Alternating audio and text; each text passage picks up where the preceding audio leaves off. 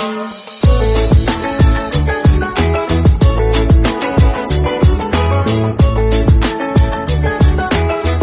The lord. ప్రభు అయిన యేసుక్రీస్తు వారు ఈరోజు మనకు అందిస్తున్నటువంటి వాగ్దానం 1 యోహాను 2వ అధ్యాయం 27వ వచనం.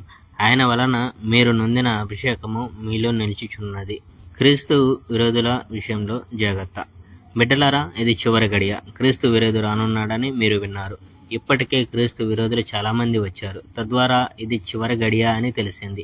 క్రీస్తు విరోధులు మన నుండి విడిపోయారు. నిజానికి వాళ్ళు మన వాళ్ళు కారు. ఎందుకంటే వాళ్ళు మన వాళ్ళు అయినట్లే మనతోనే ఉండిపోయేవాళ్ళు. వాళ్ళు వెళ్ళిపోవడం వాళ్ళలో ఎవరు మన వాళ్ళు కారని తెలుపుతుంది. కానీ దేవుడు మిమ్మల్ని అభిషేకించాడు. తద్వారా మీరంతా సత్యాన్ని గురించి తెలుసుకున్నారు. మీకు సత్యాన్ని గురించి తెలియదని భావించి నేను మీకు రాస్తున్నాను అనుకోకండి. సత్యాన్ని గురించి మీకు తెలుసు. పైగా సత్యం నుండి అసత్యం బయటకు రాదు. అసత్యం ఆడేవాడెవడు యేసే క్రీస్తు కాదని అనేవాడు. అతడే క్రీస్తు విరోధి. అలాంటి వ్యక్తి తండ్రిని కుమారుని నిరాకరిస్తాడు. కుమారుని నిరాకరించే వ్యక్తికి తండ్రి రక్షణ ఉండదు. కుమారుని అంగీకరించే వ్యక్తికి తండ్రి రక్షణ తోడుగా ఉంటుంది. మొదట మీరు విన్నవి మీలో ఉండిపోయేటట్టు చూసుకోండి. అప్పుడు మీరు కుమారునిలో తండ్రిలో జీవించగలుగుతారు. పైగా ఆయన మనకు నిత్య జీవం గురించి వాగ్దానం చేశాడు.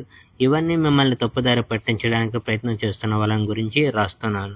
ఇక మీ విషయం అంటారా? దేవుడు మిమ్మల్ని అభిషేకించాడు. దానివల్ల కలిగిన ఫలం మీలో ఉంది. మీకెవ్వరూ బోధించవలసిన అవసరం లేదు. మీ అభిషేకం వల్ల మీలో జ్ఞానం కలుగుతుంది.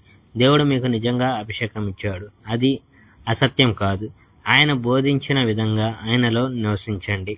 బిడ్డలారా, ఆయన ప్రత్యక్షమైనప్పుడు మనలో ధైర్యం ఉండేటట్టు, ఆయన సమక్షంలో సిగ్గుపడకుండా ఉండేటట్టు ఆయనలో జీవిస్తూ ఉండండి. ఆయన నీతిమంతుడని మీకు తెలిసి ఉంటే నీతిని అనుసరించే ప్రతి ఒక్కడు ఆయన నుండి జన్మించడని మీరు గ్రహిస్తారు. Praise the Lord. May God bless our India.